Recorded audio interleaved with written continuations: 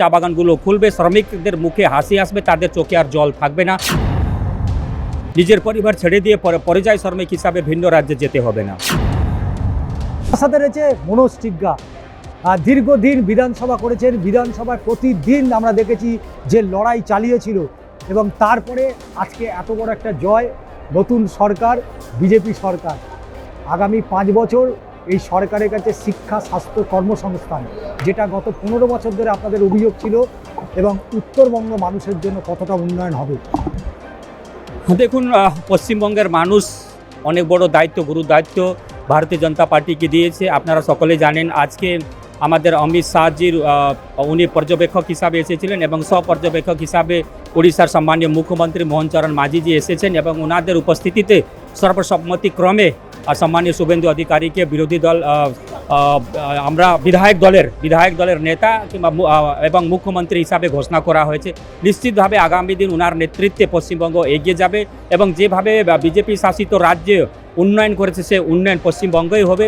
এবং উত্তরবঙ্গে যে বিগত 34 বছরে বঞ্চিত ছিল এবং এই সরকারের 15 বছরে বঞ্চিত ছিল, নিশ্চিতভাবে আগামী দিন উত্তরবঙ্গের যে একমাত্র শিল্প, চা শিল্প আছে, পর্যটন শিল্প আছে, সেটা আগামী দিন নতুন মাত্রা সেটা নেবে এবং চা বাগানগুলো খুলবে, শ্রমিকদের মুখে হাসি আসবে, তাদের চোখে আর জল থাকবে না।